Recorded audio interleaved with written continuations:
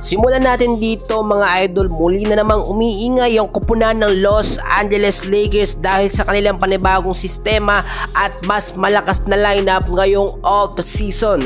Giannis ng Milwaukee Bucks posible nang ma-trade at magkaroon ng kontrata kapalit na player ng Lakers. Well, kung bago ka lang, please huwag mo nang kakalimutan na mag-like and subscribe sa ating channel.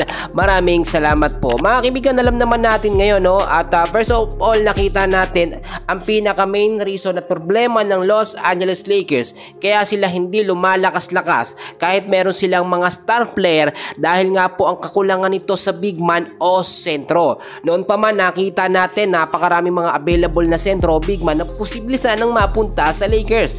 Pero dahil nga po si Coach JJ Redick ang head coach o kasalukuyang head coach ng Lakers, pinipigilan niya ito dahil sa kanyang sistema na small ball lineup. Noon pa man marami nagsasabi wala daw sa mga player ang problema ng Lakers bagkus nasa head coach. Well, tama naman kayo mga kaibigan dahil nga po kung maglalagay talaga ng legit na sentro ang Lakers, no, at hindi small ball lineup, malaki talaga ang chance ng Lakers na magkampiyon. So mga kaibigan, matagal pa naman ang next season ng NBA sa October pa mga kaibigan. So ngayong off season, matinding paghahanda at pag-iensayo ang ginagawa ng Lakers. Pero ito yung pinakamatinding update natin which is magugulat lahat ng mga Lakers fans. Si Giannis nga po ng Milwaukee Bucks, no, ay malaki na ang chance ang mapunta sa Lakers kapalit ng ilang mga bench player ng Lakers. Sino-sino ba yung tinutukoy ko mga kaibigan na mga bench player ng Lakers? At bukod sa bench player, at ito din, no, yung nasa starting 5 posibleng mapalitan. So posibleng mapalitan at ma-trade nga po sa Lakers, walang iba, no, sinasabi ko noon pa man, si Austin Reeves nga, no, at etong si Rui Hachimura.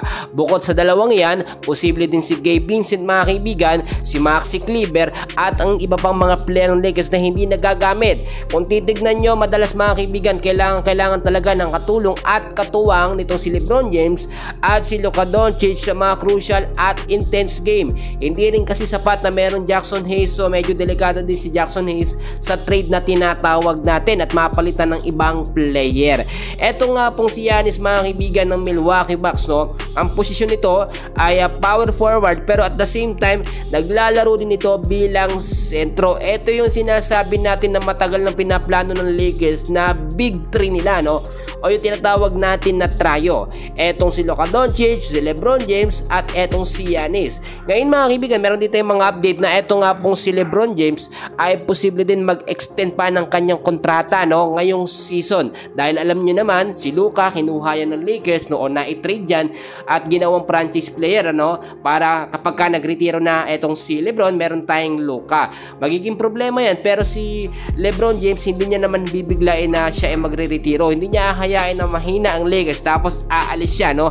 Alam nyo mga kaibigan, number 1 pa rin ng Lakers sa mga fans, no. Nakita nyo naman kahit OKC Thunder sa nagkampiyon, still Lakers pa rin ngayon ang most of the talagang fans, no. Maraming fans ng mga Pilipino. Nakita naman natin iba ang pagsuporta. Kaya naman ng Lakers kinakailangan magkaroon sila ng magandang sistema. So sapat na nga ba mga kaibigan na si Giannis lang ang mapunta sa Lakers? Wala naman dapat iba? Well, para sa akin mga kaibigan, hindi sasapat na isang star player lamang ang ma-trade sa Lakers. Dapat magkaroon pa sila.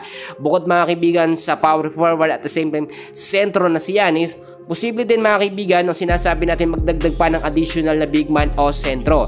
Recently, alam naman natin pinakawala, no, ng Lakers o itong si JJ Redick, hinayaan lang sila Christian Coloco at yung iba pang mga player po ang big man ng Lakers na umalis sa team. Kaya nga humina ang Lakers mga kaibigan. Ang ginagamit ni JJ Redick parang 5 player lang simula first quarter hanggang fourth quarter, nakita nyo naman.